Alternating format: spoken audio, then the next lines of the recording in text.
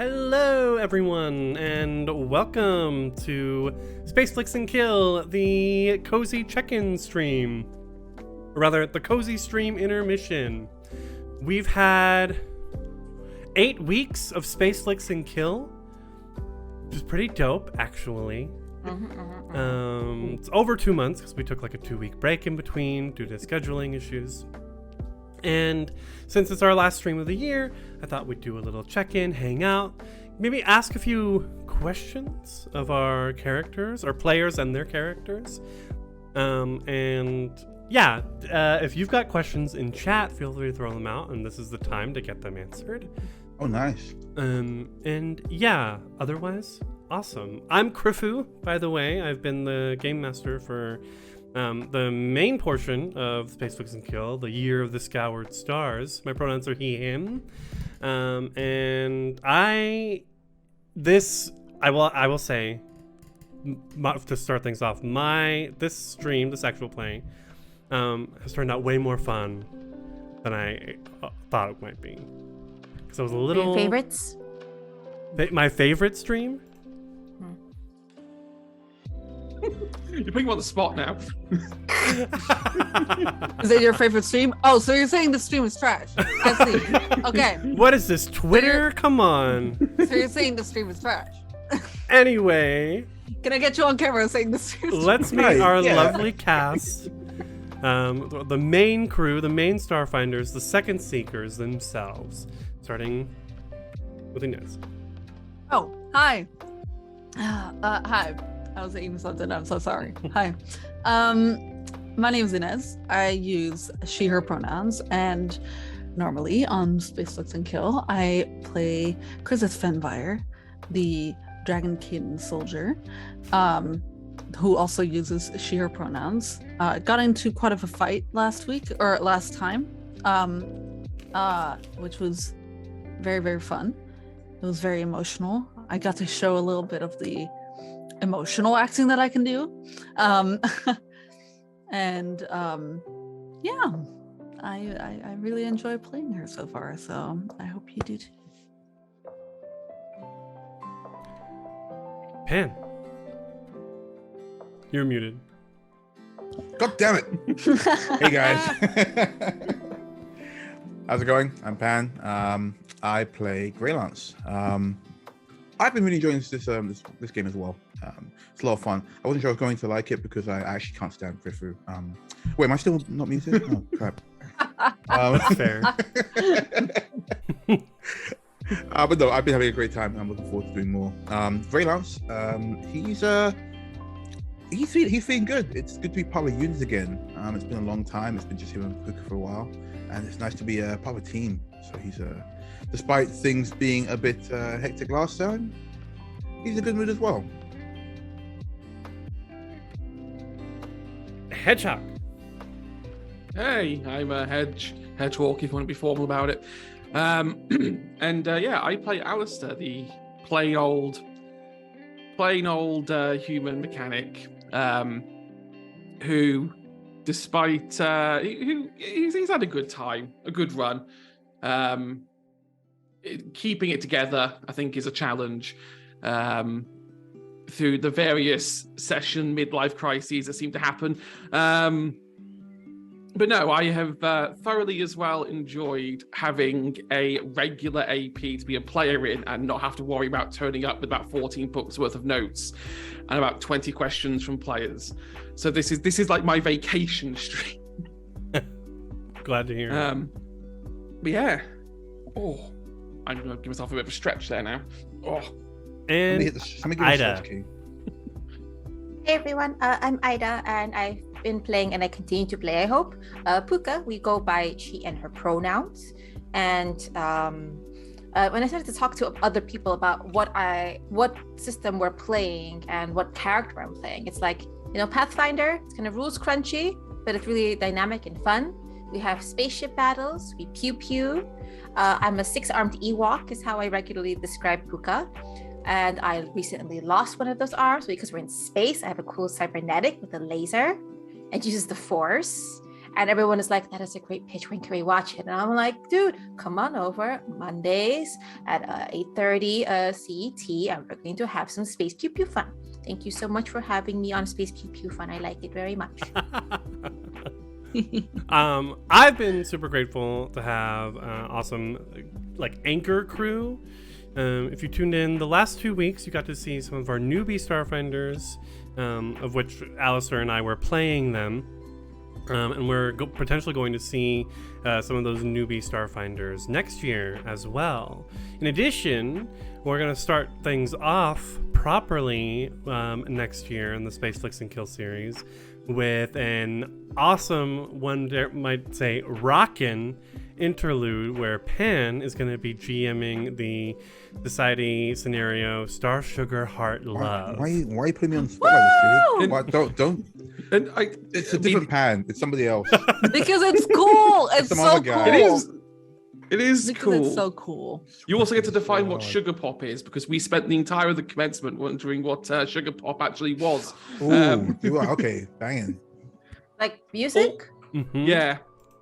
Whatever it is, it's Puka's favorite genre now. Yeah, it's Okay. it's Lucian's Wait, favorite more genre as well. than Vesky DM? VDM? You know what? She doesn't have a favorite, but There you go. it, She's got now that's what I call Starfinder music band album. Now 23. that's what I call 23. Starfinder. Shut up.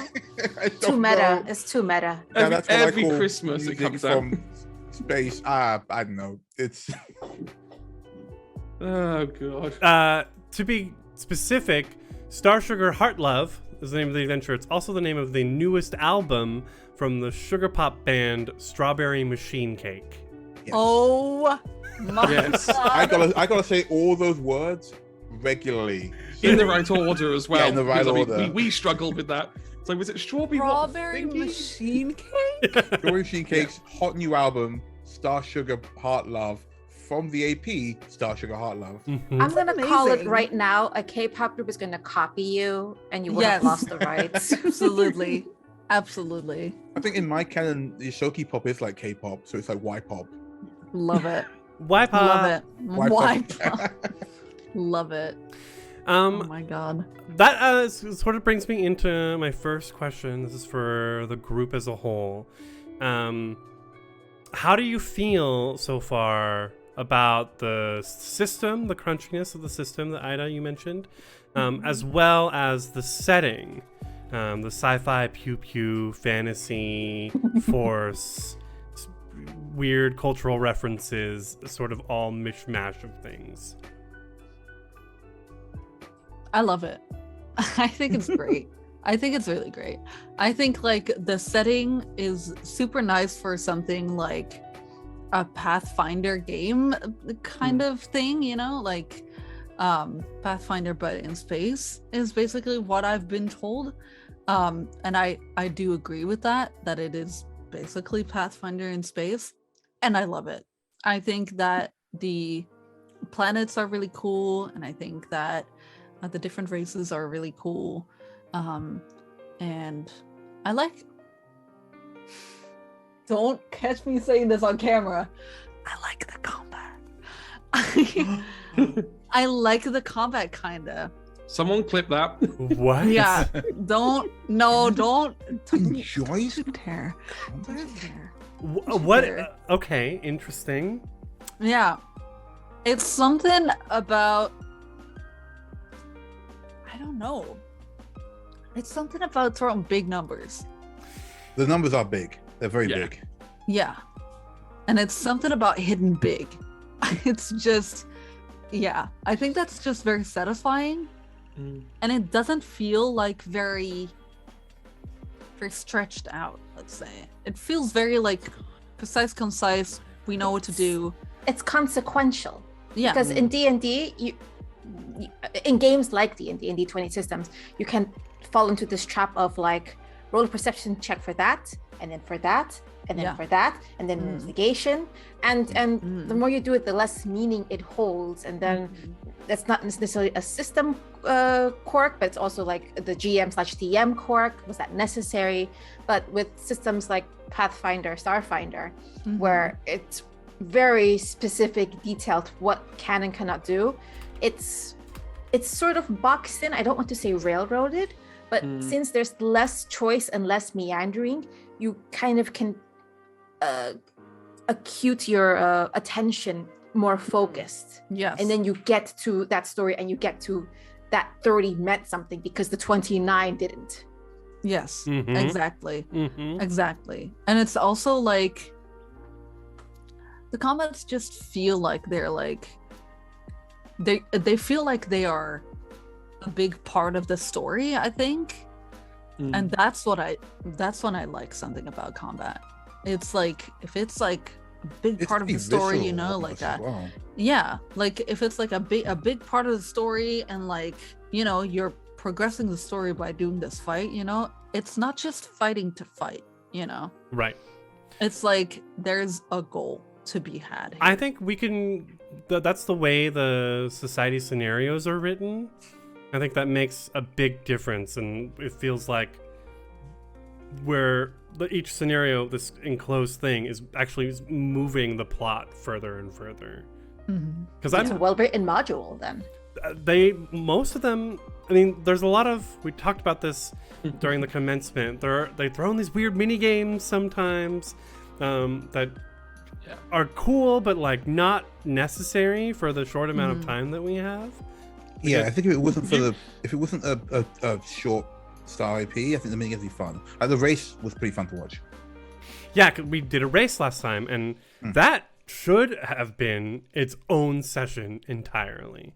But it was actually supposed to only be a fourth of the adventure given to us. I mean, we could have made that a whole AP on its own. You know, time we take going around the garages. Yes. You know, it's one of those. I think I like the modules, but they are written in a bit of a almost like you got to click your fingers and constantly be moving. Like if you're not taking a step forward, then you're delaying. Which definitely that's not making part of it also two like sessions. we're always time constrained though, being streaming. If we were playing it's this a blessing and a offline, curse. Yeah. we would be not nearly as far as we We'd still be in the Yeah, we'd library. be On that meandering library a lot. planet, we'd still be there. We'd still be We'd on the climbing library. stairs. Yeah. Yeah, we'd still be doing the stairs.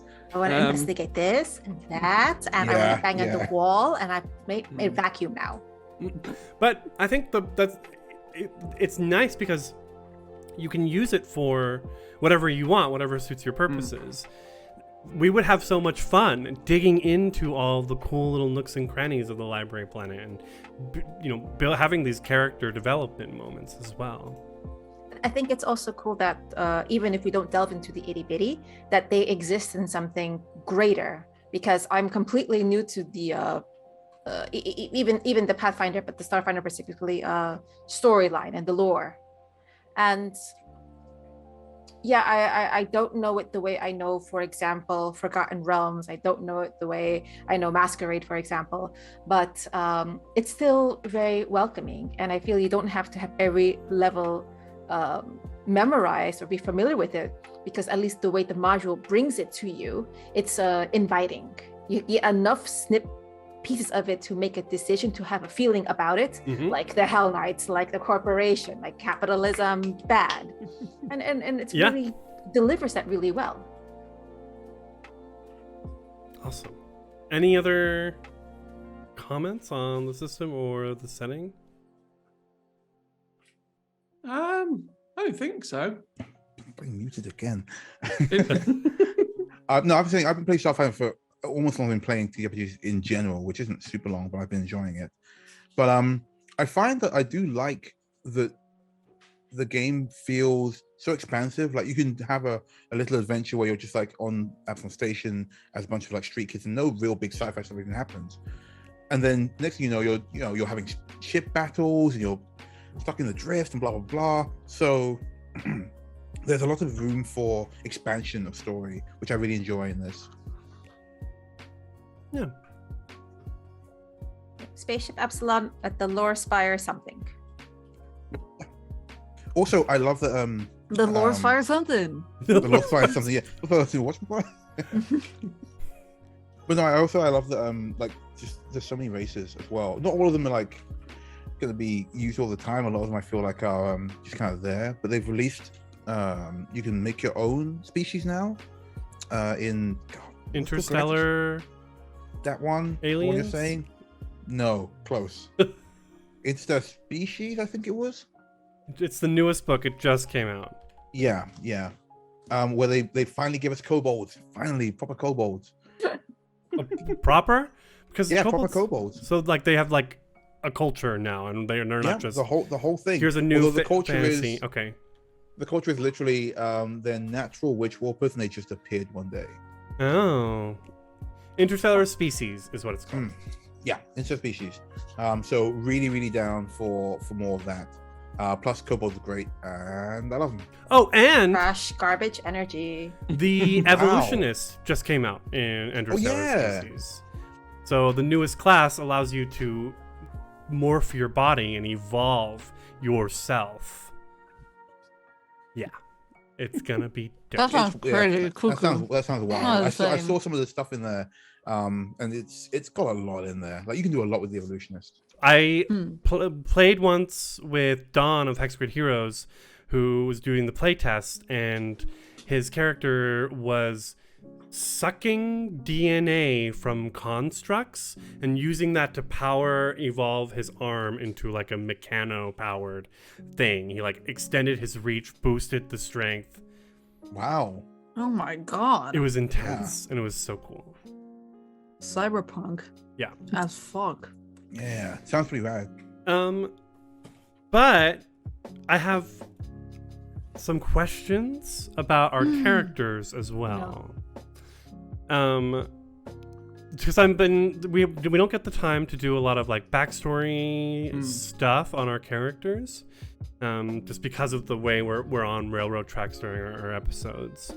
So I think the first one that I've been kind of curious about lately is, how did Puka and Greylance first meet?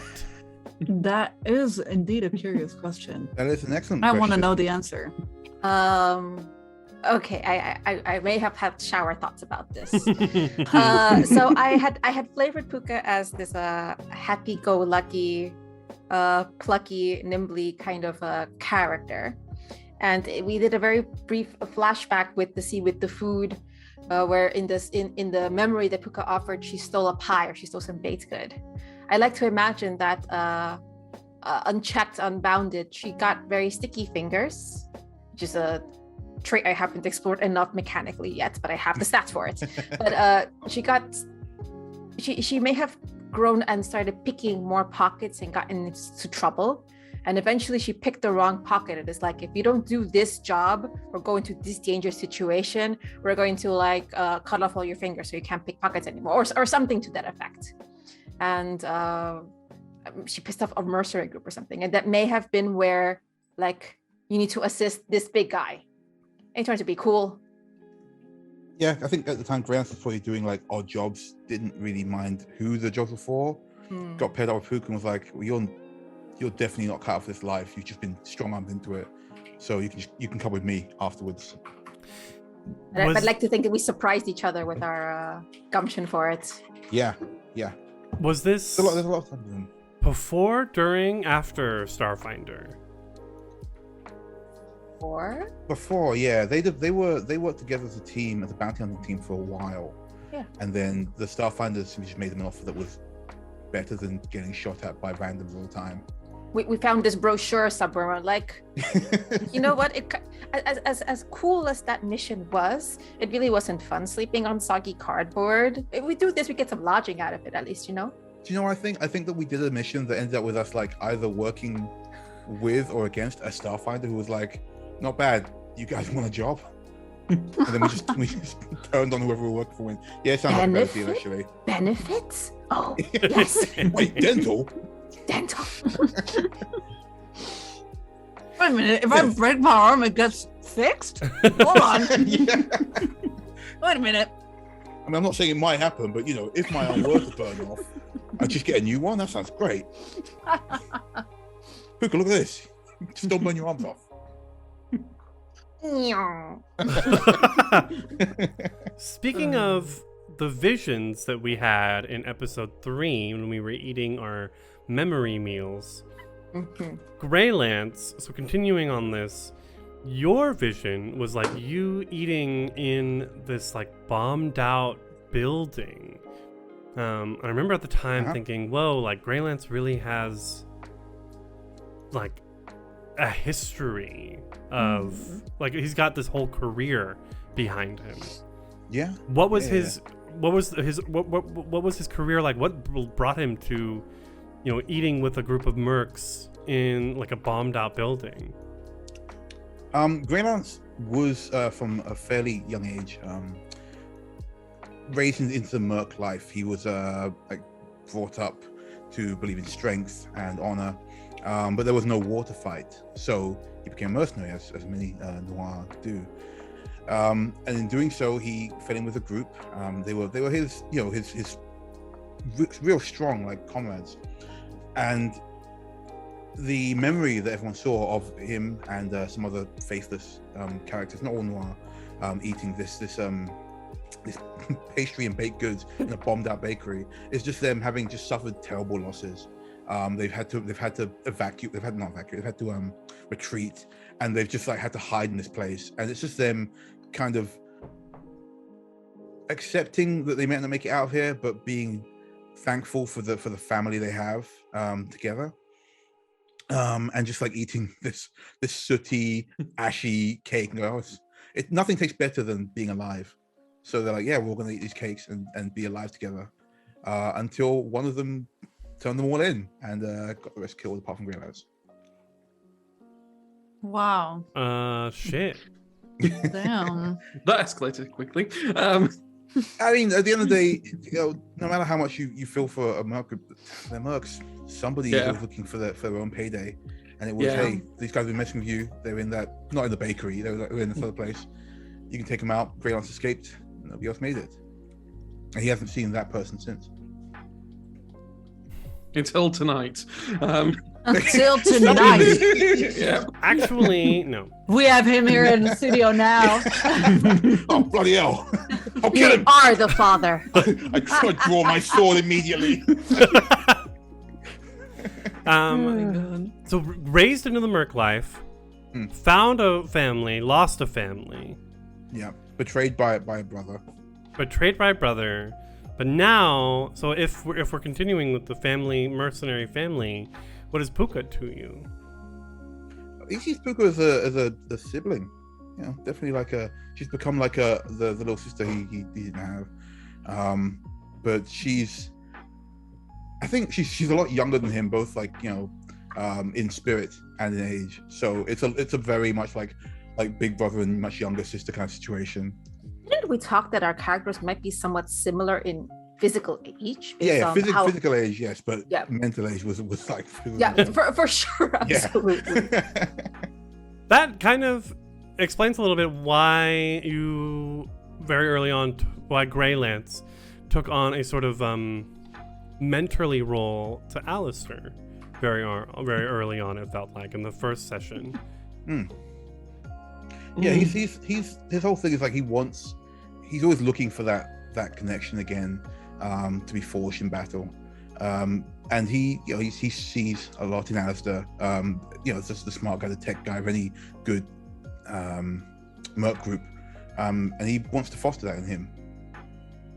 So what does that make your new battle spouse, Krizith?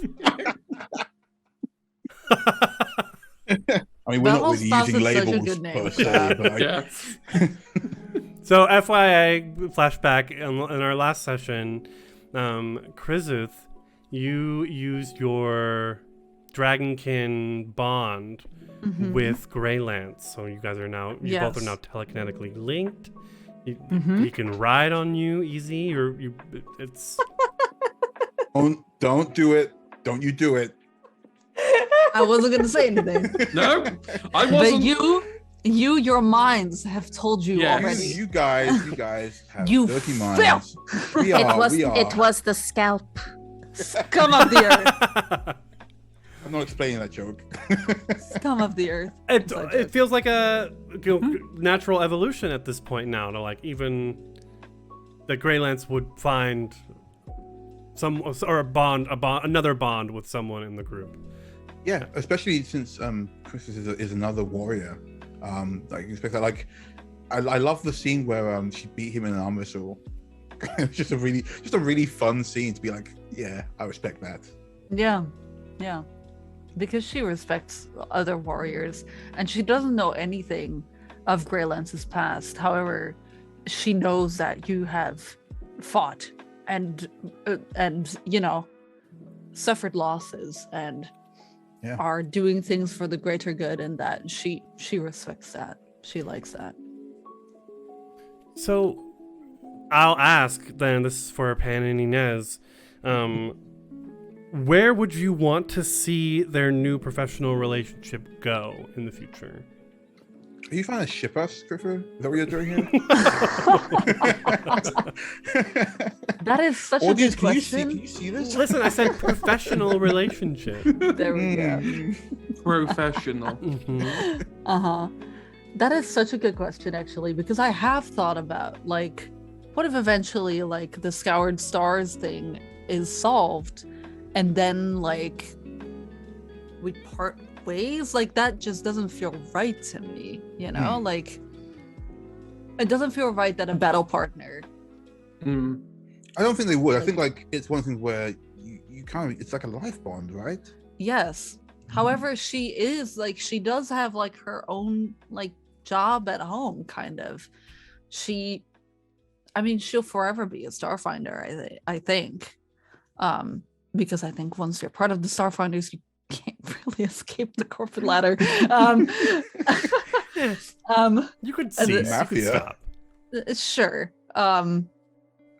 But like I think that once you're in there, it's hard to stop, especially for a person like Chrysis, who is all about like the greater good for the rest of the galaxy, you know? Like I think she would be a Starfinder for many, many more years. If Greylance is like that, I don't know. I think Greylance likes to fight. He likes to be useful. He likes to get paid to fight and be useful and help people if he can. Like, as much as he is as a merc and a bounty hunter, he'd rather be doing things on the right side than not, which is probably why he and Puka left whatever they were doing beforehand to join the Starfinders. I feel the Starfinder is a health. So far, like, our expectation has not been subverted. We haven't seen any sort of secret underlying evilness, but so far it seems like a healthy, nurturing place, which seems to be fairly rare in the overall scheme of the universe in terms of its hierarchy. So it's a good place that's going to hopefully attract good people and for which good relationships can be made. No. Yeah. And I think that might then be where Chrysis and Greylance end up, just staying with the Starfinders and doing jobs for them, like, until the end of time. The end of time. Actually, can I say, I don't know if anybody obviously in the chat might not know the characters. Should we like explain our characters a little bit or something, or are we okay with that?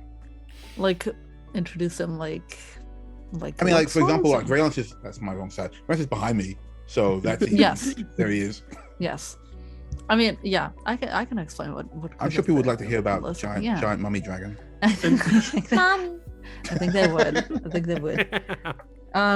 So Chrysis Fenfire is a dragonkin soldier. Dragonkin are usually, they stand about how many feet tall again? They're large. It's like 10, right? 10 Yeah, feet tall. like Between 10 and 10-ish. 15. Yeah. Yes. I have always thought that she was a little bit on the shorter side, and so that she was like 12 and a half feet tall, I think. So yeah, she is quite fucking large. Well, do you remember we met her rival and she was taller? And we were like, oh shit. Yeah, I hated that. Anyways, thanks for bringing it up. She has completely black scales with like her belly being like a little bit more gray. But her scales on the back are completely black with like a blue hue to it. And she has two beautiful wings that are good looking but kind of tattered. you can see that there has been battle with wings here. Like she's probably clocked someone in the head with one of her wings. Yeah, she's just very cool. She has all these kind of spines going down her head all the way down to her tail. And she has a bionic implant in her spine.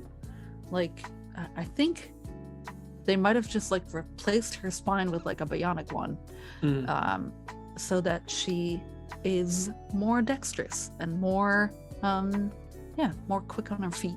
Let's say that. You might think that's all like in the legs, of course, but like your spine has a lot of shit to do with that. So there's like there's like two little lights at the top, red lights that are blinking every once in a while. Who replaced it? Why? Well, I think that Krizith is part of a what would you call that? A Knights Alliance? Like knighthood? Knightly order? An order. A knightly order, yes. On her planet. And she so she's part of a knightly order, and I think that like once you enroll in that, there has to be an academy, of course, all that kind of stuff. I think that through this academy, they monitor you, see what your strengths are, your weaknesses are, where you might need some more help and where not, and so they offer bionic replacements of limbs, of spines, of bionic implants to like see better, like stuff like that.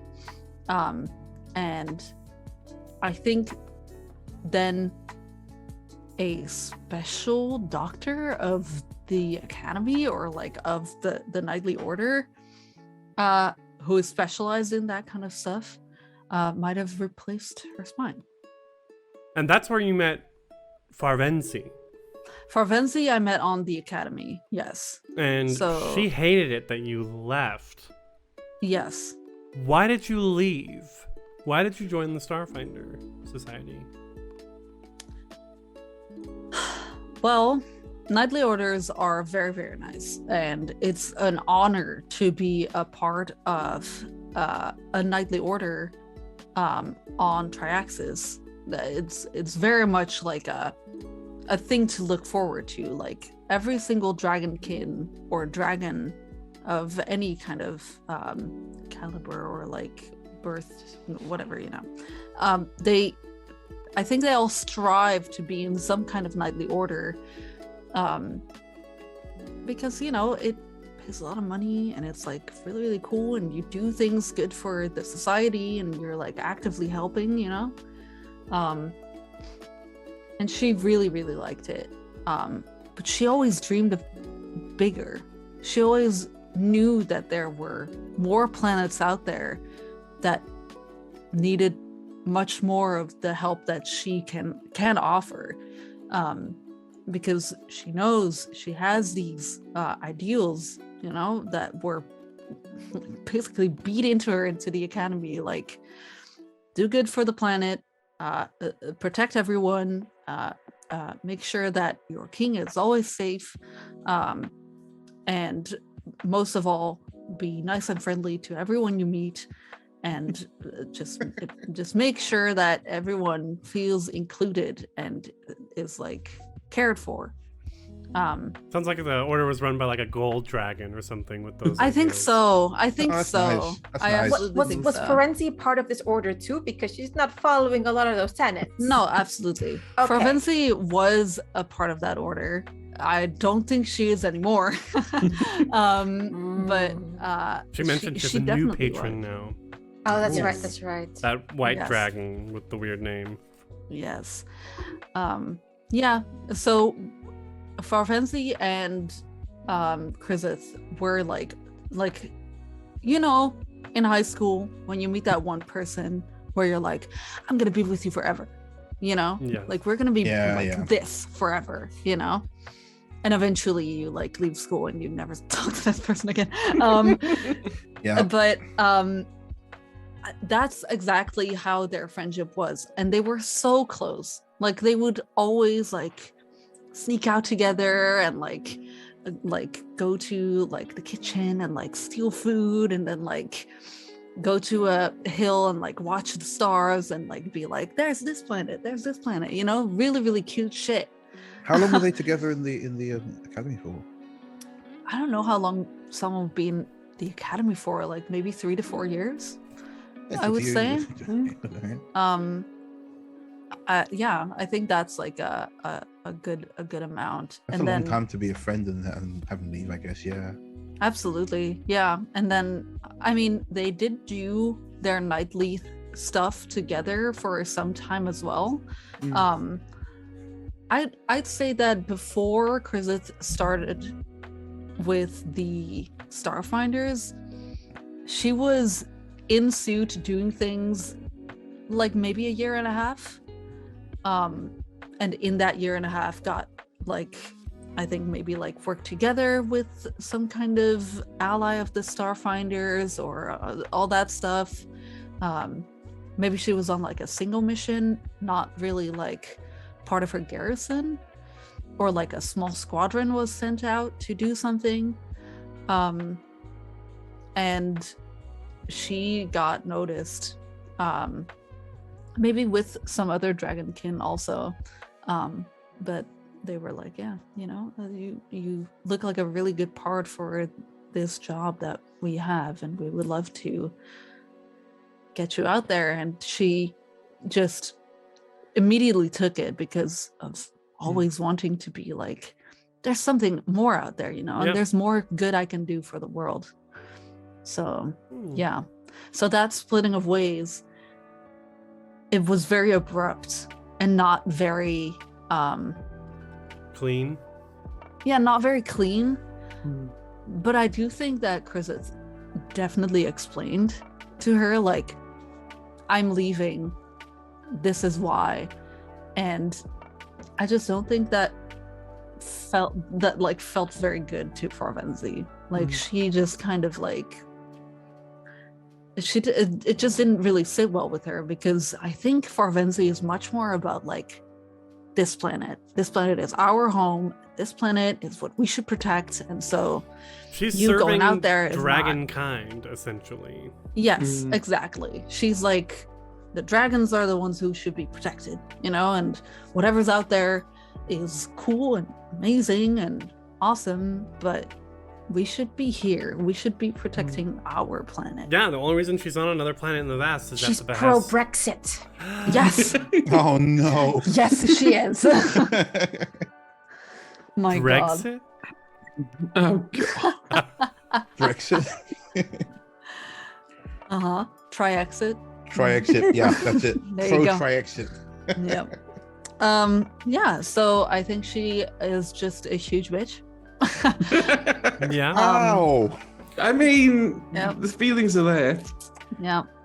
Probably got the influence of her new battle spouse as well. I guess so. Yeah. I think that battle spouse absolutely did not do her any favors, let's say that. She's one of those friends that like always like had the occasional like weirdly xenophobic line. You'd be like, they're just being weird. And then you get someone who's like fully Brexit, and you go, oh no. Oh no. Always like Oh, this in God. real life. Yep. Yes, I think so. Yeah. Yeah. Farvenzi just turned down a wrong path, I think. True. And that's, I think, what Krizith very much got across last time as well. She was very much like at the end of the session towards Farvenzi, like, I don't know what you're doing, but I hate it. You know, like I don't like the path that you've chosen. However, I cannot change it, but I hate you for it. Hate's just the other side of the coin of love. Yes. It sure is. If like you can't love for me, when I hate someone, it's because I can't love them personally. They live I rent like free that. in your head, Yes. I like that. expending energy on it. I'm still obsessed with them, just in a bad way. Yeah. Mm. Yeah. Okay, changing course a little bit. Hijacked that. My bad. No. It was the last No. thing we talked about. We did, so it was a big moment too. So there needed to be. But I wanted to talk to Alistair because in the last 2 sessions we got to meet Alistair's younger sister, Lucienne. What is the relationship like between Alistair and his sister, his younger sister? Younger sister. They probably have the strongest relationship between Alistair and the remaining the other LR family members. It's still a bit shaky. Alistair has as we saw in the commencement, Lucien is very wild and impulsive and is kind of a mirror of Alistair in that degree. So their relationship is most of the time chaos. And Alistair does have resentment towards her a little bit in the fact that, just like his older sister, they have essentially been marked for greater things while he was left behind kind of mentality, at least in his head. How true that is, who knows? Does that have anything to do with her being a half-elf? A little bit. So she's his half sister. That's what we don't know. Oh, this is what they don't know. Yeah, there's a bit of a. I was waiting to see if Creefy would recognize it, but yeah. Lucien is a half elf. That was like one of the first questions I wrote down. I was like, gotta figure this out. What's the relationship? They are half brother, half sister. His mother. So to give you an idea of the family tree really quickly, you've got Lucien at the bottom, which is the half elf. You've got Alistair in the middle as a human, and you have his older sister Bellatrix, who is also a half elf. His mother is called Astrid and is full elf, and his father is called Gaston, who is a half elf. So in theory, Alistair shouldn't exist in that family. I was about to say, how's this human? How did he get here? Yeah, essentially, Gaston's not his real dad. His real dad is a human, and yeah, there was an affair. Oh, he's the love child. Yes, the middle love child. Wait, we gotta get the Home Alone. Yeah. Yeah. So yeah. Oh God. Yeah. You've been watching too many telenovelas. Should we be playing Pasión de las Pasiones game? Yeah. Too much. Escándalo, mija, cállate la boca. Gosh, in Spanish. Gosh. Yeah. So it's left a bit of a weird taste in his mouth. Although, to be perfectly honest, does he know? Officially, no, but he's smart. So putting 2 and 2 together, he has questions, but it's never been officially asked. It's kind of like it's a thing you don't bring up at Christmas dinner. Would Alistair have like stolen DNA swabs? Oh God, yeah. He would have. I'm breeding you. Yeah, no, I think he's definitely looked, and I have a feeling But he's 23andMe. Yeah, it's come back with all the results, a bit of paper, like, what? This doesn't make sense. Yeah, please drink from this paper cup. Yeah, I think deep down he knows, and I think part of that midlife crisis is either refusing to accept it or refusing to acknowledge it. But yeah, him and his sister, they do get on. He is protective of her. The glasses that she wore, the eyesight ones, they were canonically made by Alistair when he was much younger, which obviously explains why the firmware is old on it, which is why when she fails, it goes horrifically bad, because Alistair was only like 20 at the time and the programming was shoddy back then. But she's kept them. But they're relatively distant, especially because Lucien is taking a very different path to Alistair. While she is joining Starfinder, that's more because her mother is pushing her into that, because, her mother's also a mystic, so they're both mystics, and both come from like divination-ish backgrounds. And, what was Lucian's connection, mystic connection? I will find it for you. Okay, now. sorry. It's one of those, like, I picked it, but I didn't write it. I basically made her, in the quick version, divination and knowledge kind of type. Akashic, I can't remember the exact maybe one. then. Yeah, I think it was Akashic. And it was kind of like her mother had this vision when she was born that she was going to become a great mystic and that she was destined to divine for, all great things and whatnot. And that sort of meant that the attention was on her growing up, not so much Alistair. And the older sister was already pretty much independent at that point. So there was kind of like stuck in the middle syndrome. Mm-hmm. And yeah, he's never truly gotten over it. They're polite and they're nice and they'll, meet up. I think you've probably noticed that Lucian also picked up the coffee addiction from Alistair. Sure. Except her coffee is much more sophisticated than compared to just black coffee. She likes her macchiatos and her caramel lattes.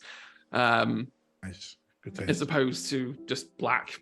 But yeah, it's a weird dynamic that swings backwards and forwards depending on the whims of what Alistair's feeling, whether he's feeling polite or feeling resentful.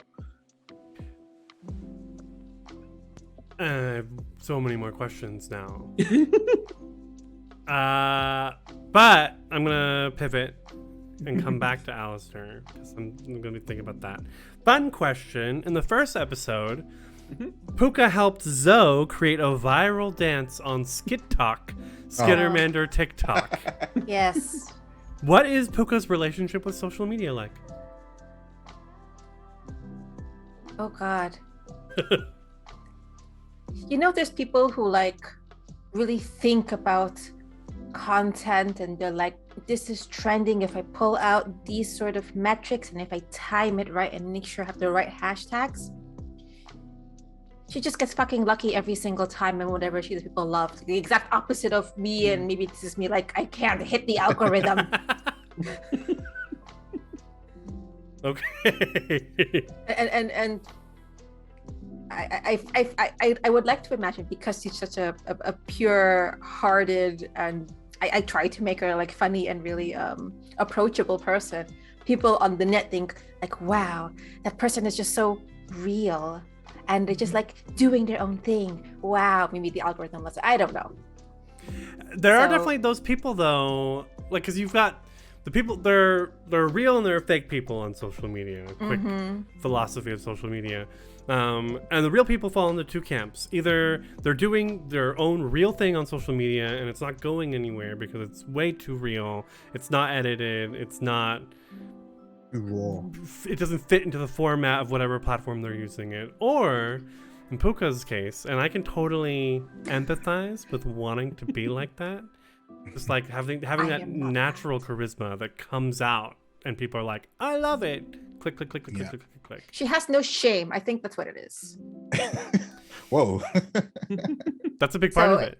I think it's having no shame and just a lot of self-confidence in that case. So when she puts herself out there, she's not feeling ashamed about whatever wacky dance she's doing because she's having the time of her life. And that translates. Because the having no shame means she probably had a nice childhood. I'm hoping. I think so. Like I imagine that her planet, I believe, is rather agrarian in that regard. And there are a lot of she had a lot of family, a lot of cousins. I don't know if she has siblings or not, probably. So it's very kind of happy-go-lucky. And the way she stood out was by collecting shinies, and thus became the pickpocketing, the nimble, the quick-footed. And until the little cute, quirky smile couldn't get her out of trouble, oh, I gotta go do that. Otherwise, they're going to, like, I don't know, space me or something. I just remembered, like, speaking of having no shame, that Puka tried to undress almost immediately upon meeting somebody. Yeah. Yeah, just started taking her clothes off. We had to stop her. When? Put on fancy clothing. Now? Yeah. Yeah, it was like we should get dressed up. I remember unzipping Like my undressed Wookiee suit. No, go to the back room. Yes. Well, maybe we should have shame in our bodies. That's a good thing. No. If the 6, now 5-armed Skittermander girl can do it, anyone can. Yeah. Well, so Alistair, you really, speaking of the missing 6th arm, you reacted very strongly when Puka lost her arm. Yeah, Yeah, that was. I think it boiled down to Alistair. I don't think till that point had been any serious combat ever. I mean, if we've noticed all the combat so far, Alistair tends to drop back and do something utility-based or on the map, whether it's climbing a tower with mag boots or going under a stage to defuse a bomb. But that fight was kind of the first fight where he kind of stood his ground a little more, even if it was admittedly on top of a balcony with a fire suppressant system. But he'd never really seen consequences of bad battles before. And so that was kind of the first time he sort of saw something really bad happen. And I don't think he was psychologically prepared for what happens, what are the consequences of that happening. I mean, as we know, he kind of went into a bit of a rage and tried to melee attack the thing that burned the arm off, and he got his arm lost himself. Yeah, it's a tough one for him because I think, he's trying to be tough. He's trying to emulate his older sister in that regard. But she's a professional. She knows she's handled all that pressure before. He hasn't. And that's why in that final scene, he messages saying, I understand now. And I think that also it played nicely into the session after, where he'd gone from having I wear basically stationeer armor to I now have plate armor. He got fully tanked out, I remember. Yeah, he came back with the full plate, still wearing the suit, but that full plate underneath it now. And then even right? Yeah, railgun as well. Yeah, he replaced the laser because he got angry. The reason I did that was because obviously when he attacked the Hell Knight, it did nothing because it was fire damage. And he got really angry at the idea of that, well, this thing could resist lasers. So I'm going to get something you can't resist, throwing pellets at you at light speed. And yeah, it was a bit of it was a nice turn. I didn't expect it to happen. I mean, obviously, good posture check. Posture check. Yeah, okay. Yep. Oh, I fine. Shoulders back, chest out, chin up. Yeah, it's one of those. Obviously, You're out of frame. Yeah, no. It's just gone. No, you're all there. You're all there. Yeah, you're there now. But I wonder, because this was a situation where his teammates, who are individuals who, for the most part, except Alistair, have experienced combat and danger, are consenting, and I'm going to just speak for the remaining party members, willingly and knowingly know what they're doing and thus accept the risk. And I would imagine that maybe in the Starfinder or universe overall, that there are similar awful violent things happening to people who do not consent, who are indeed victims. I don't see Puka, Greylands, or Chrysalis as victims of what they're doing. No. They just they should have been someone was stronger than them, so they lost out that time. But I imagine, so seeing Alistair's reaction to someone who knew what they were getting into, let's rephrase that, and it still turned out bad, but scraped by. What would Alistair's reaction be to seeing people who did not choose, who are not fighting back, who did not accept these consequences, real victims? I think you haven't seen those. I think because Alistair said he came from a privileged background. Yeah, the prince of the station or whatever. Yeah, and Alistair has a very not quite royalty. He's very isolated. Very isolated kind of upbringing. So he's never left until obviously Starfinder. He never left Epsilon Station. So he's lived a very sheltered life in that regard. I think if that did happen, I think he would react with rage, and I think logic would go out the window again, and he would become very uncharacteristically rash. And I think that would be dangerous, because I think Alistair's strongest asset is the fact that he's logically brained, logically minded, and to lose that without control results in you basically trying to fist fight with something that is much bigger than you. That is and actually what stronger happened than you. in that episode, because Yeah. I have to jump down, try to take Tackle on him. the what was Yeah. the Hell Knight Yeah. in combat, and I think Yeah. he got grappled, You got grappled, yeah. and then Grey Lance had to save him. So A literal devil. yeah. In Hell Knight armor. Yeah. Very Yeah, well you just described, by the way. It was terrifying. Puka's got 6 arms. Yeah, it was a great scene. Yeah. I love that the photo that you took where you look horrified. I think we're all laughing. You're like, oh my god, her arm. We're going, oh Yeah, I'm that like, was great. no, I can't. But I Puka. Oh, sorry. I do want to say that is also the episode where I let out the most fierce battle cry. Yes. That Can you was, do it for us again. oh my god. Come on. What time come is on. it? The audience Yeah. want it. People are asking for it. People came here for it. Wait, hold on. I have to test it out first if I can do it still. Wait, hold on. I can. Okay. Thank you. It froze in the moment. I wanted to ask Puka, you really took it in stride when you lost your arm. Yeah. Have you lost people in battle before? I think if she's been in mercenary work and gotten herself in trouble because of her behavior, I think that she must have. I think this is the player talking more than the character, but I'd like to imagine that maybe it's all a facade. She has to keep it friendly and kind. She has to play the everything is all right card, because if she and she's experienced enough to do it, because if she doesn't, then I think it's easy for a Skittermander who maybe other races look down on because they're physically smaller. If everything is bigger, your problems are literally physically bigger. I think it's easier to despair in that regard.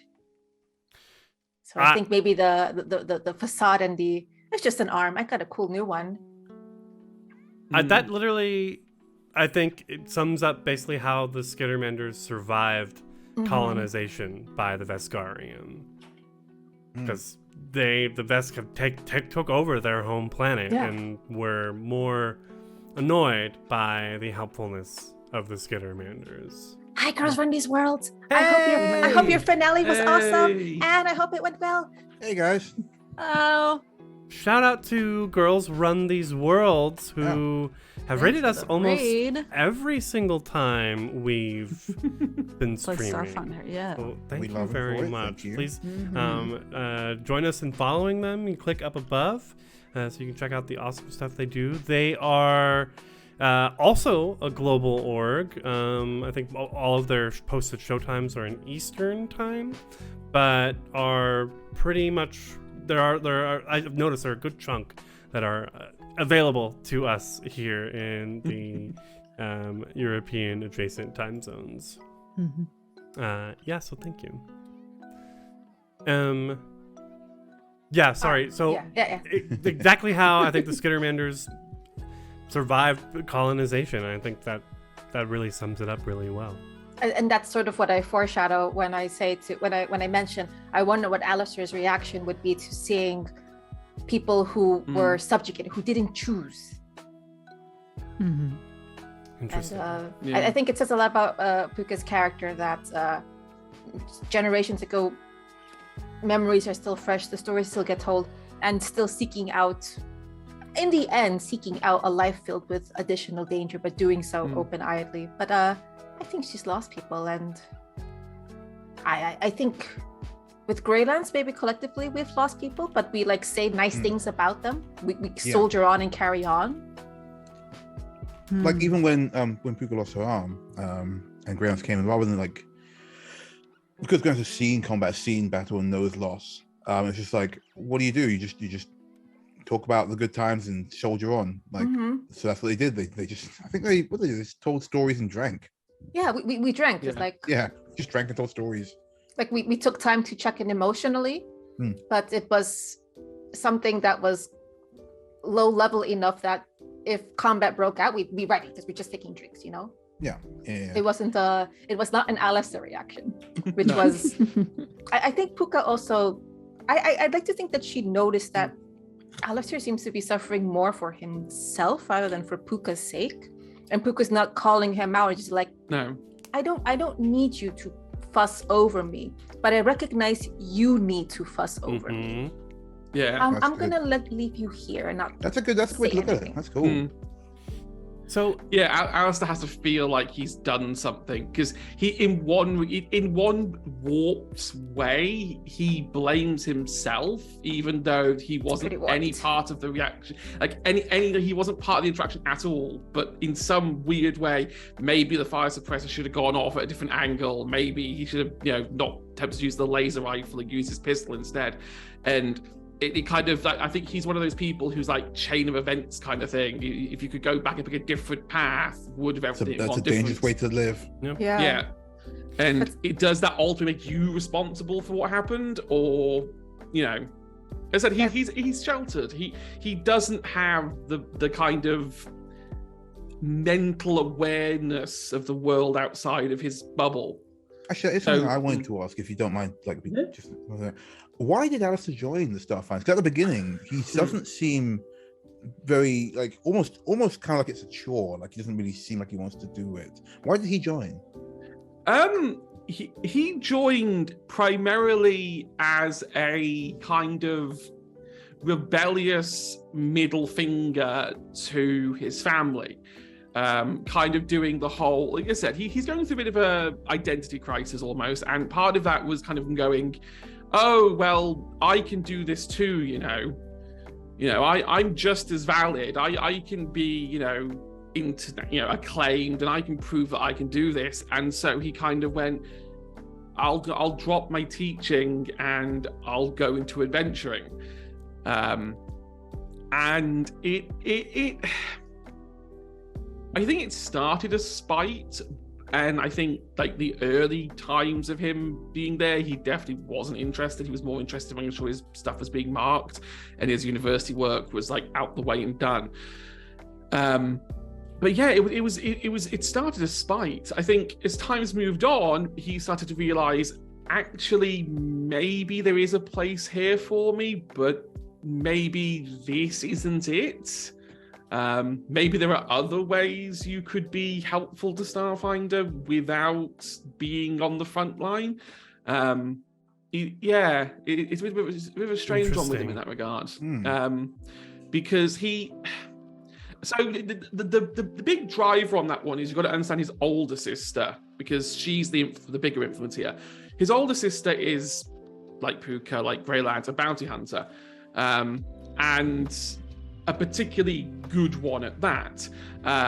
So it was always a case of, well, your sister's done really well. I wonder if we'd have bumped into her, or at least like heard of her. Like, you probably would have heard of her. Definitely heard of her. Like, it'd be like finding out that, the guy who does your taxes is related to Indiana Jones. You'd be like, what? Yeah. It's one of those, like, see, she's not like, I wouldn't say she's uber celebrity level, but she's respected enough within the circle. Like, if you work in that field, you know the name. But she doesn't use the LR last name mostly. Right. She hides that for the most part. She just calls herself Bellatrix. But because her parents were always like, well, Bellatrix has done really well with all this, and you've seen how Lucienne's getting on with her divining. And because his parents come from that kind of mystical background and magical background, which he doesn't have, he dived into technology to kind of be like the antithesis of that. And they've never truly recognized his step-parents like acknowledge that kind of ability in him. And so it kind of fueled this kind of maybe that's what Alice is seeking, like, rage. the acknowledgement from peers, if nothing else. I'm reminded of the scene where just after the bonding ceremony between Christus and Greylance, that we called Alistair over, who'd been hiding in a bush or something around the corner. He stood outside the courtyard, conveniently by the entrance, just enough so his ear could pick out the other side. Puka was also hiding and watching. Yes. I was invited. She was invited. She was, Okay. Just make I sure you're kept quiet. quiet okay? until the very last second. Got it. She immediately jumped in the moment. They're like, okay, well, there you go. It's one of those things where the camera pans slightly to the left, and she's been standing there the whole time. The whole time, just like... I think it's approval, isn't it? Ultimately, to some degree, it's approval. Because there's very much... We see with the other three, and it's very common in a group of adventurers, the theme of found family. And the other three, like, their family backgrounds up until this point are a little vague, not well, which is fine. They don't need to be super detailed or anything, but we can see that they probably weren't a major anchoring source for them. Anyway, they moved on. They've had more roving, military-based lifestyles, and have found their family in the crews or groups that they've been working with.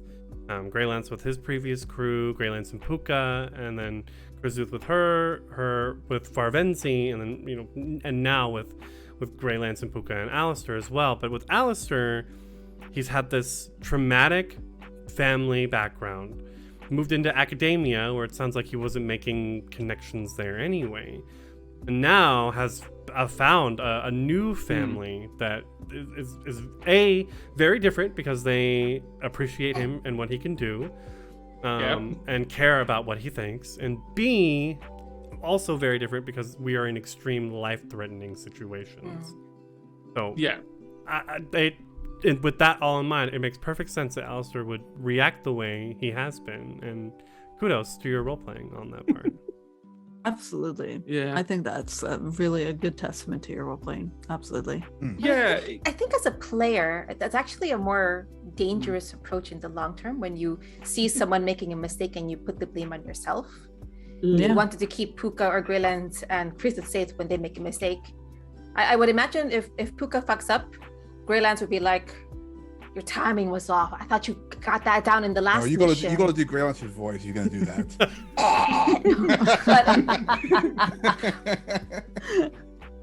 But we're because of our military backgrounds, we keep each other in. We have training and experience of keeping each other in check. But if Alistair, because it's literally life or death. But if Alistair keeps that internalized, could have giving that constructive criticism to Puka or to hey, maybe don't do backflips in front of the Held Knight that have saved her in the future instead of turned it inwards. I think that makes a very that sets up something in the future. What actually might be his fault. Yeah. I love taking characters through the emotional ringer. Oh, you're one of those gems. I see. Yeah. No, I do as well. Actually, it's always fun. Where I don't GM, but I love when my GMs do it. When they put me through that emotional ringer, I'm like, you're gonna be like, oh yes, hurt me. Yeah. Yes, I know, a little bit. Oh man. I mean, it's the emotional damage sometimes that brings for a good character arc. Yeah. I've seen that in many. Exactly. Yes. I've seen that in many vampire games where they've just gone down the extremely wrong path because of one thing that happened, because they've been put through the emotional ringer, and it's just so good. So I love it when GMs do that. We're coming up close to the end of our time on this chat. I have one final question for all of you. Do any of your characters see themselves potentially settling down in the future and putting the adventuring life behind them? Do they see that for themselves at some point? I think part of Greylance's upbringing is to just assume you're going to die in battle.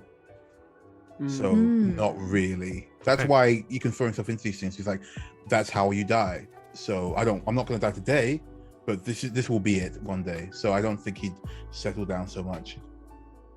Wow, that's such an interesting way to think about it, because I think that Krizith has absolutely also been brought up with that idea.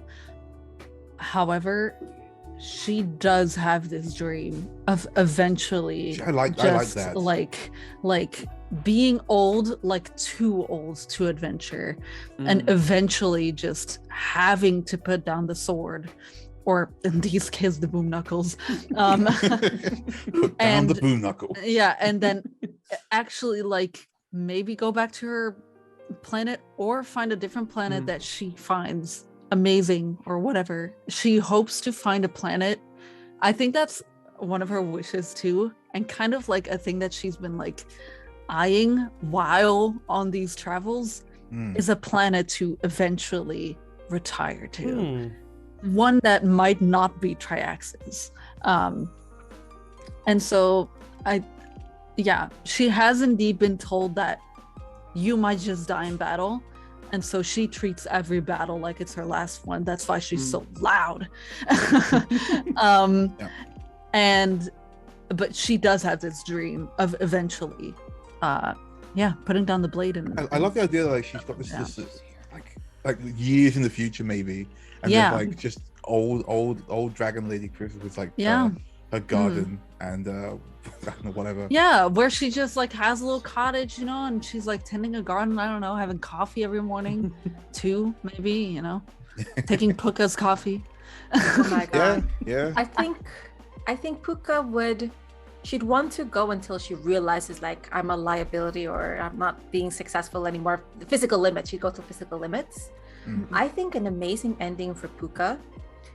She definitely would want to retire, and I imagine her being the person with that bar, the level 20 bartender who's retired. Someone tries to mother. Oh no, even if that's great. I like that a lot. She's the one being super sociable at her end. She's the one like, oh, you fresh level 1 adventurers. Oh, yes. Like still in the industry, just on a different side of it. She'd have to be in the middle of it. She has to be surrounded by adventure, even if she herself cannot be in it. She'd be the kind of like finds where adventurers tend to like start off and just open a bar there, so she can be the tavern. You start in the tavern, but it's always Puka's Tavern. Yeah. Puka's Tavern. Oh, Puka's Tavern, that's cute. I'm Yeah. gonna write that down. So cute. Yeah. Puka's pod. Yeah. Puka's Pod. pad. Puka's pod. Or pad. I don't know. Pad. I like that. Yeah, Puka's Puka's Pad. Pad. Yeah, Puka's yeah. Pad. That's really cute. Yeah. Alistair I think's weird because I think Alistair can swing one of two ways. He can either, if he manages to control himself, then I think he probably would settle down into adventuring life and maybe see it out to the end. Hopefully at touchwood old age. I think if he couldn't handle it and couldn't get some form of control, I think either he would, as we said before, do something so stupid that he becomes the liability, and either gets himself killed or, heaven forbid, somebody else killed. And then that's just the end of that there. Or he legitimately turns around and goes, yeah, I'm actually not good at this, and maybe my family were right. And kind of go down the, I won't say depressive, because it might not necessarily be depressive, but it would be kind of giving up on that and saying, okay, well, these are my limits. Maybe I should live within them. And whether that means going back into teaching again, possibly. If I may, I could see something like, let's say, a battle happens, something went badly for Asta, but I feel like it would still be, he's still got a lot of knowledge, he's still got a lot of ability, the kind of ability that, like, although he isn't a frontline guy, he could pass on to frontline guys. So moving his teaching work from whatever he teaches at the moment to working for the Starfinders, teaching young, forgive me, mechanical engineer is your class. Yes, Mechanic. Mechanic, yes. Young mechanics, becoming a teacher. Yeah. Maybe, he built himself his own like cyborg legs because they got blown off, and now he's an ex-adventurer teacher. Yeah, I do see him. Eventually, if he does survive that long and decides actually being on the front line is bad for him, going into teaching, and back again, maybe doing adventuring teaching. If not, adventure teaching. If they are called venture captains, so that does make sense.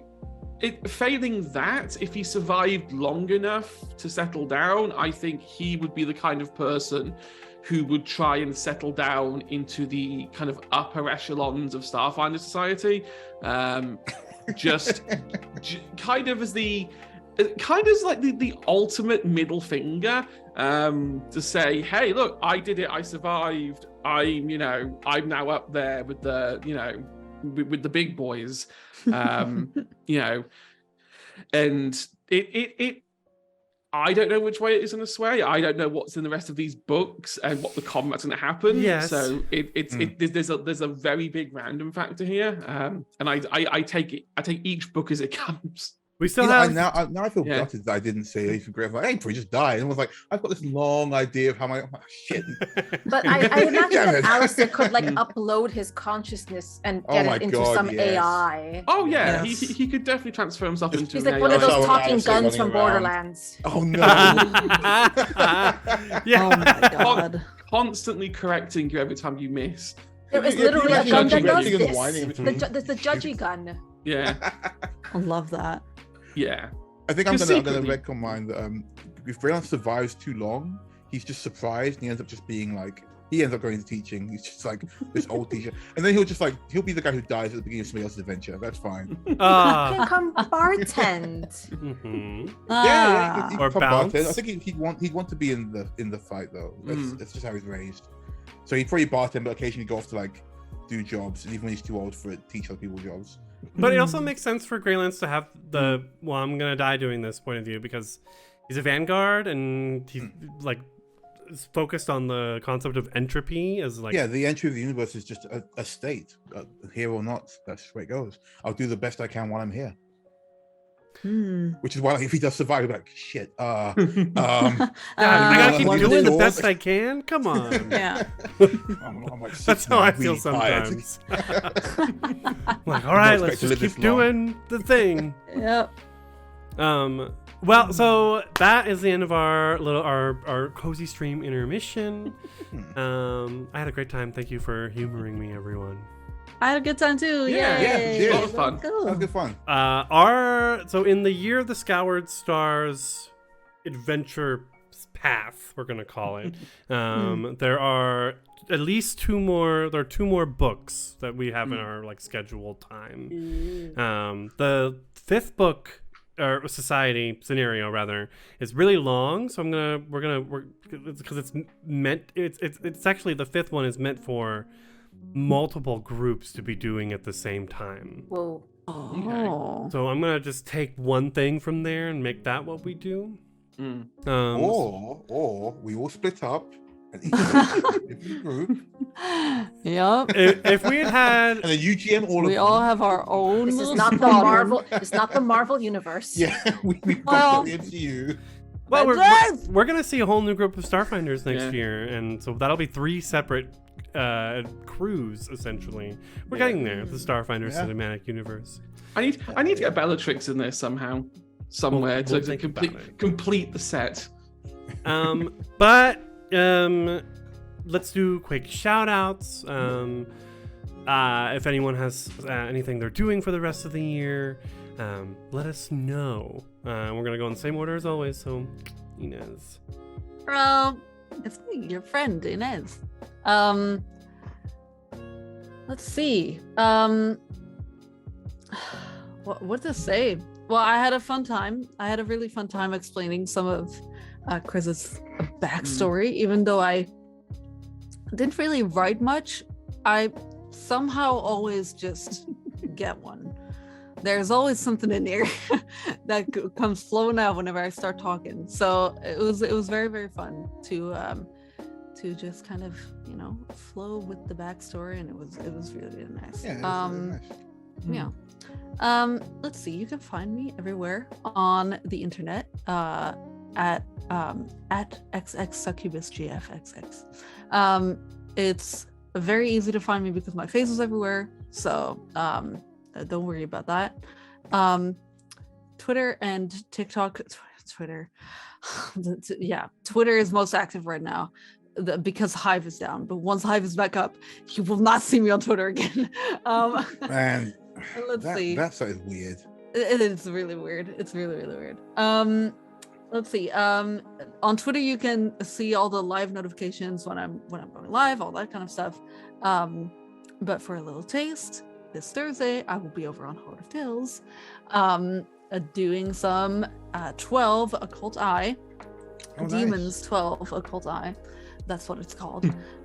Where I will be playing Kogmoon, the void demon who loves to collect little things with her many, many fingers, many arms, many mouths, many noses, eyes, ears, everything.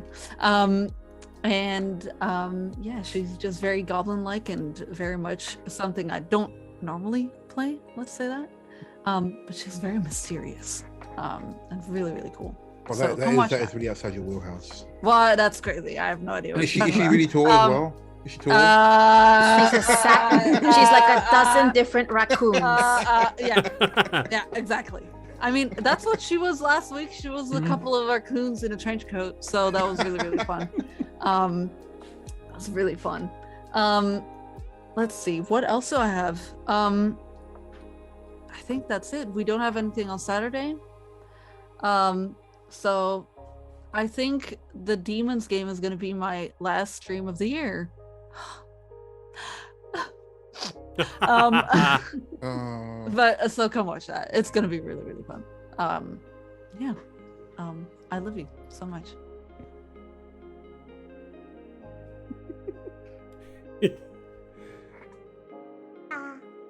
Pan, you're muted. God!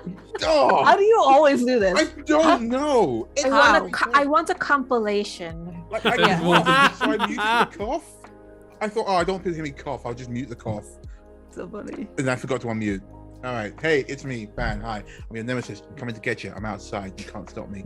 I'm not actually doing any more streams till January now, I think. Where I will be running. Hold on.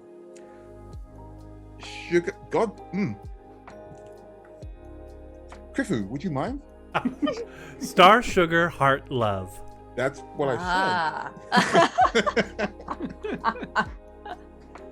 Running that in January. There'll be more information on Twitter and such as it comes up. But please do come and watch. It'll be my first time GMing on stream, I believe, with some new guys to Malaport. So I'm looking forward to sweating buckets. Thank you. You can also catch me. Thank you. I don't believe you. You can also catch me on the Emergency Power podcast, which is, God, we're in season 3 now. I joined in season 3 as a guest, and they haven't kicked me out yet, so that's good. I'll also be on Spectrum Fog podcast as well, and anything else I'll be doing will be on my Twitter and my Hive when that's back up at Stellar Encore. That's STELLARENCORE. Oh, real quick, I almost forgot one thing. If you look behind me, the art of Greylance, that was done by Apesart on Twitter. So thank you for that. Grey Daddy. Big grey sword daddy. Thank you. Jeez. Hedgehog. Yeah, hi. I've been Hedgehog, Hedgehog UK on Twitter, not Hive because that's not around at the moment. And Tumblr. I went back there. That was my escape. Stream-wise, I think this is my last one as well. I've got nothing else in the. I debated putting together an alternative Christmas stream for people who didn't like Christmas, but getting players at the last minute would be a bit chaotic, and I also think I'm being conscripted into Christmas whether I like it or not.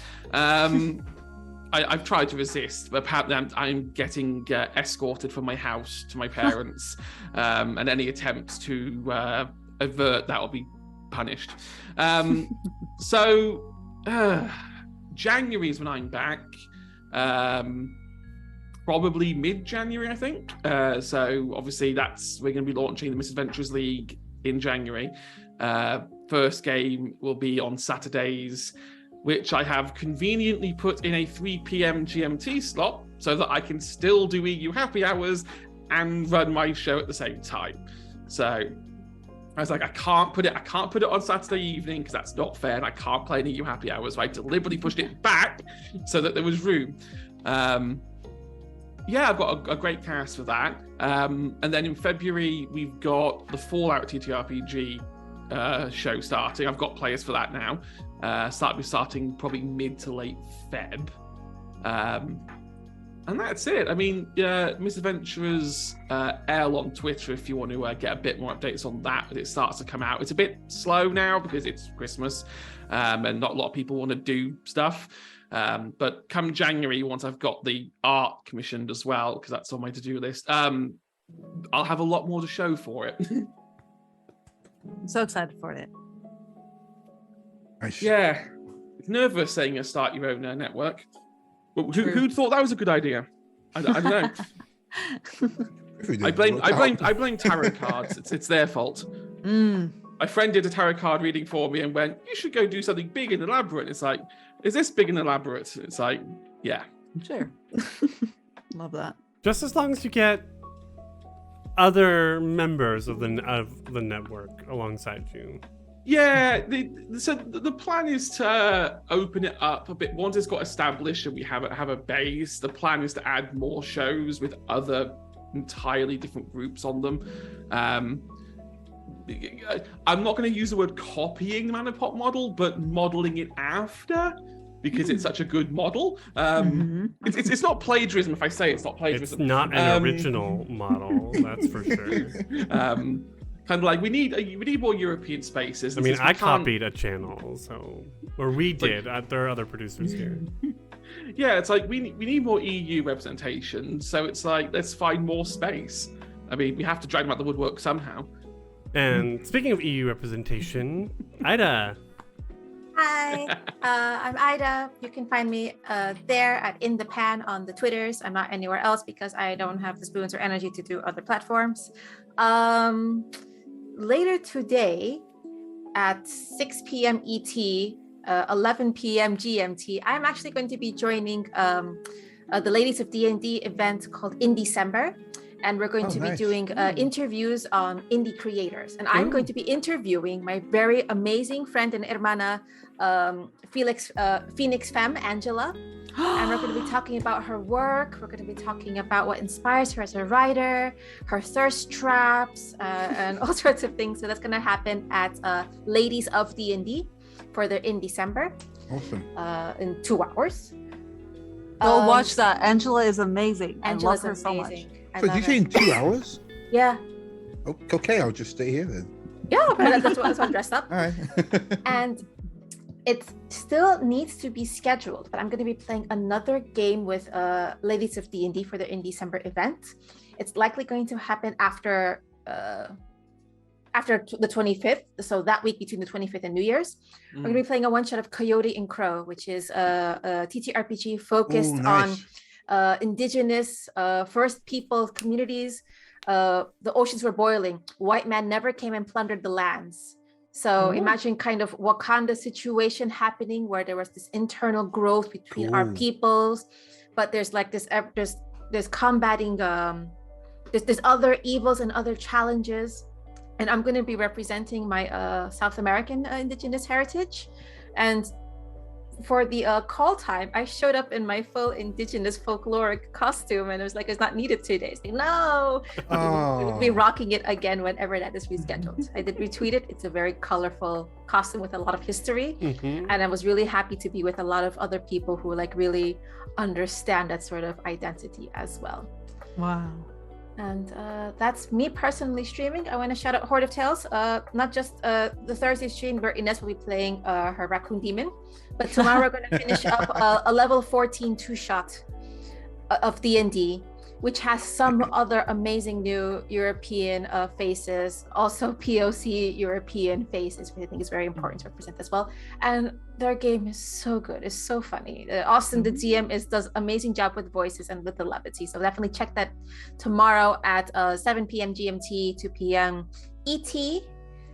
And I'll be back to streaming D&D in January. Yeah, and other projects to come. Nice. Which I'm show running a lot, so that's where my energy is going. Yeah. And you're doing great. Thank you. Yes. You know who's doing great? Krifu. Krifu, what are you? Yes. You know what? Yeah, man. Thank you for that awesome segue. Yeah, nice. This is also my last stream of 2023. 2023? What? 2022? Oh my God. 2022. You're in a sorry. year ahead. Sorry, of I'm us. already thinking about God. 2023, as most of us I was are. gonna say, It feels yeah. like. Things coming in 2022. Literally right away, January 6th is the next EU Happy Hour. We had to reschedule Zuki's Happy Hour of the Alien game RPG. Ooh, I've played that. It's really fun. And so that's on the 6th. On the 9th, we're back with Spaceflix and Kill, 2 sessions of Star Sugar Heart Love. And then that weekend, the 14th, is the prologue of the newest actual play series on Manapod Studios, which we've decided we're going to call A Study in Ivory, a Vampire the Masquerade actual play based on our EU Happy Hour flight from Wow. a month or Yeah. Nice. Because we had so much fun playing Vampire with that group. That was just so amazing. With the same cast? Yes. Yes, the same Wow. the same cast, same characters, and we're all gonna be there. Krifu, don't burn out. That's a lot. Holy moly. No, it'll be, especially because the first 2 sessions of Spaceflix and Kill, all I have to do is hit the stream button, and we're Easy. good. I'm not a player. I'm not GMing. We're good. But thank you, Ida. I'm very. Also, like, I have to, with my boyfriend, I have to be very careful about how much I schedule back to back. Recently, this past weekend was too much, or the weekend before. I think I had like 6 days in a row last week. Only 3 of them were streamed. No. My goodness. But like, we're glad you're taking care of yourself. But on the other side, those who are lucky enough to receive the amount of joy and energy you put into it that creates this happy space, we see how much work you're putting into it. We even if we don't see it, we acknowledge how much it takes, not just to sit there and press record, because a lot went into everything before that. And we are so grateful for people like you who do that and still look like they're on top and like in charge of the whole goddamn world. Yeah. You're that's inspiring, and thank you so much for making that for all of us collectively. Thank you. You deserve to hear that more often. Yes. Thank you. Absolutely. Oh my I God. will That's echo. like a I feel lot. touched. It's not- Yeah. I felt touched too. Wow. I will echo that and then preface it with changeling AP when. That. Well, that's a little too much. Let's, Edge, Let's let me show you my validate Christmas all that. sweater because I think this fits your mood. This is my. Oh Oh, God. you can't see it. Oh. Oh no! Oh, you disappeared. You've disappeared. Happy Jolly face. Jolly face. Oh, happy Jolly face. face. Okay, jolly face. That is Got so it. funny. Oh I don't have a God. Christmas sweater. I love it. Well, I should have worn one. That was so Yeah. dumb, you know. Should've told you guys. That's fine. I also True. want to echo the shout out to Horde of Tales. So just today, I think it was, is the video went up for the EU Happy Hour. We did. Yeah, it's late. Sorry. No. I noticed fine. every week they all came in a row, and we were like one of the last ones. So I was expecting it this week, and it was just on time. The EU Happy Hour, in which we participated in Horde of Tales' charity stream, Shine a Light, in which we supported the One Earth, One Ocean charity. We had a fucking blast. It was so fun. It was Really so fun. good. So educational.